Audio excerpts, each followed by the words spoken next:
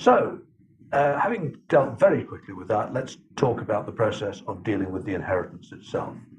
Now, I suppose the first thing to say is that in the world there are different ways of dealing with inheritances, and Spain falls firmly into the European tradition. And by that, what I mean is that in some countries in the world, typically the Anglo-Saxon countries, when someone dies, they may have left all sorts of assets worth, say, 2 million, and there is a duty of the executors, which you don't really have in Spain, to gather that money in, and then the government calculates how much tax is due based on the total amount of money. The executors pay the tax, and they distribute what's left to the beneficiaries. In Spain, it's completely the other way around, isn't it? That no executors, Exactly. And each of the heirs decides what he's going to do about his or her inheritance. Exactly, because the first thing is that we don't have executors, and the second is we have the heirs are not automatically heirs.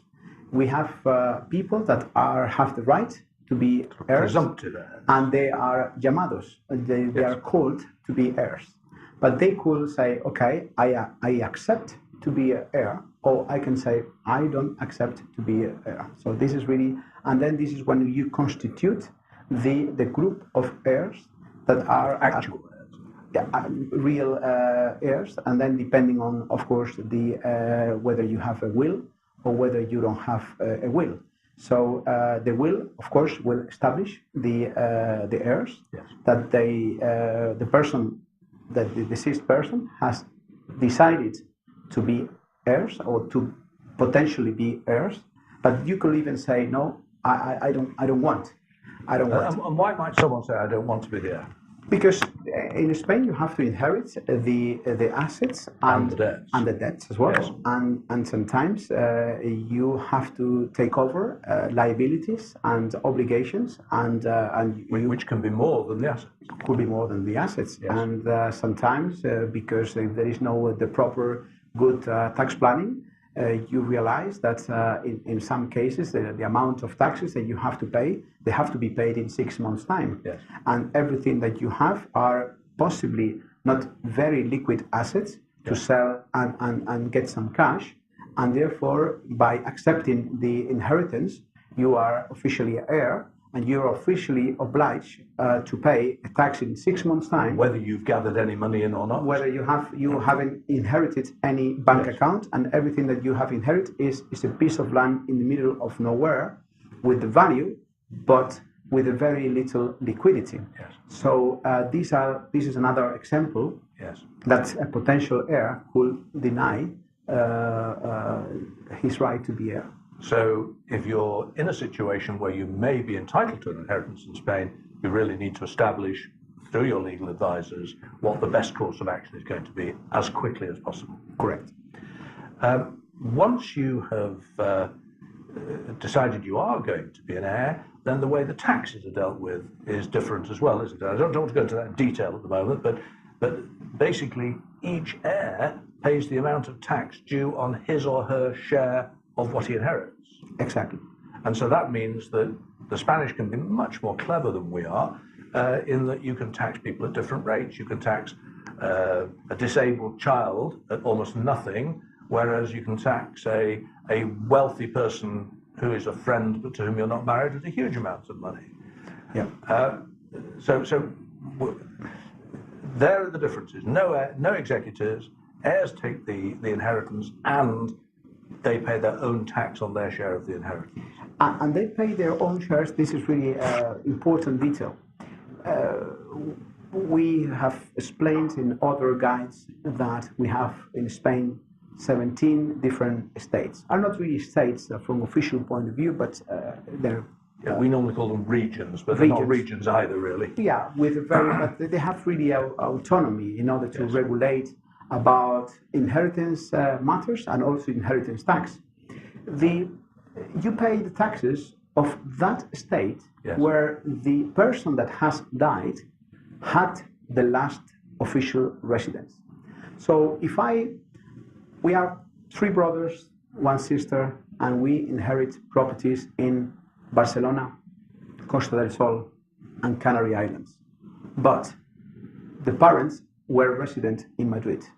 We have to look at what type of inheritance tax rates are applicable in Madrid. Even though the house is here. Even the irrelevant of the location of the assets, irrelevant to the residency of the heirs. The person that has deceased was resident in Madrid, and we have to see what type of local state regulation is about inheritance tax. So there's lots of phone calls where you say to your father, "Father, you're very ill. You should be moving to Galicia." Yeah. The thing is, in order to be considered the fiscal residency, it's got to be within a number of years. Sometimes it requires 1 year. Sometimes normally it's 3 years. 3 years of the last. My great plan will work. No. It's got to be 3 years of effective fiscal residency. Yeah. So that's the basic system, and the process of dealing with the inheritance is dealt with by the notary here. Yes. So how does that work? The person has died. Somebody contacts you as a lawyer and says, "My father has died." What are the steps that you then take to deal with inheritance? Yeah, the first thing you normally do is request a photocopy of the passport, of identification card, and by that and with a death certificate, we have a registry in Madrid. That is the registry where every will is registered. A great system which we don't have at home. This is a central registry of the actos de última voluntad, which is the central registry of the wills and testaments. So by this, you could perfectly know which is the last will that your father did. And because, of course, every will can normally invalidates the previous one. So with this, you know the very last one that was done, if this was done. So you can have faced two scenarios. Your father did a will, or your father never did a will. If your father did a will, they will tell you the notary name and the number of the protocol where you can get a copy of this by proving that you are a son, daughter. So let me just explain at this point that in Spain, notaries keep the original of all of the documents that are signed in front of them. They give you a copy, but the original document is kept secure by them basically forever. Correct. And this is really a good question. That is, I'm going to be talking about one curiosity. Many people, when signing title deeds, they remember that they signed, that the vendors signed, and that the notary signed. And when they get the escritura, they say, "Oh, this is not my escritura because I can't see my signature and the vendors." And this is because the very original one is always held, is kept by the notary office, by the notary system, in order to produce you as many copies as you like. Yes. So you have a copia autorizada, which is an official copy, very official copy of your title deeds, because the original is held at this registry. Yes. And this actually absolutely happened as well, same when a will. So you will get a copy because the very original one is held by the notary office. Yes. In this system. Yes. So the relatives contact you and you start doing things to take the affair further forward, and eventually you contact the notary. We contact the notary, we get a copy of the will, and we see whether this will, if this will is an open will. Open is because it's been openly explained to the notary. A public will where the person says, "This is what I want to do, Mr. Notary, please record it." Exactly. So the notary is obliged to warn about if this is really against the law. So this is really one, that the legitima in case has been fully respected or not. But there are other type of wills as well, that they are not the open will, but closed. We say in testamento cerrado. Is by saying, okay, this is the letter I have in this envelope, and this is my last will. This is my will. So you close that envelope and you give a closed envelope to a notary. The notary, of course, doesn't have the opportunity of explaining and advising to that person how to make a correct will.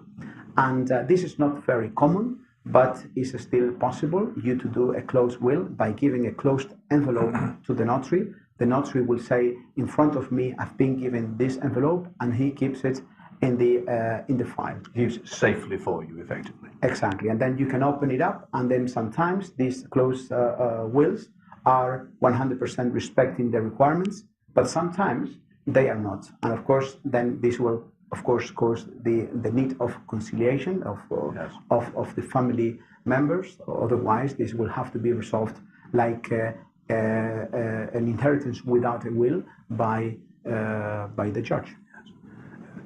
It seems to me that, except for people who are absolutely obsessed with secrecy, there's not many advantages to a closed will. Very rare to be seen. No.